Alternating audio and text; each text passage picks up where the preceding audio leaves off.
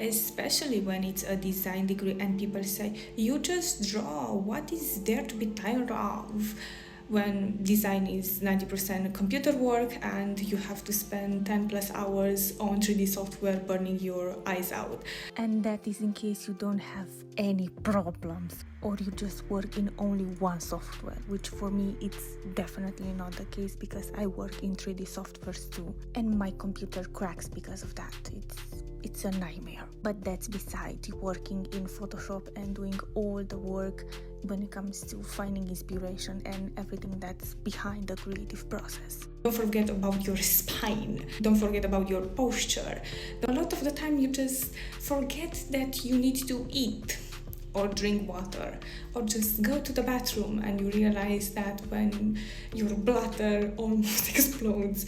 Let's not talk about these things because, well, you're just sitting at a desk and you are designing the entire day. It's not that easy, especially when you need to be creative for those 10 hours. Even if it's for 8 hours, to be creative for that long every day, it's a struggle.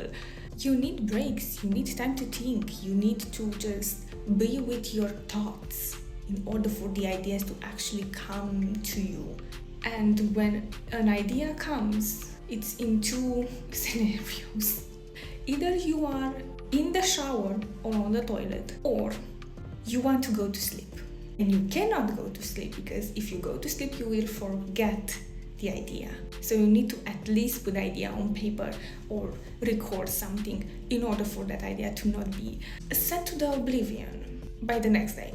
And beside all of that, I also have to sketch and put my ideas on paper, think of textiles and how to manipulate the fabric in order to be exactly how I imagine it to be, because not all of the time basic fabrics can do the magic that I want them to do. And then we add patterning and tailoring and sewing, sometimes with a machine, sometimes by hand, sometimes embroidering.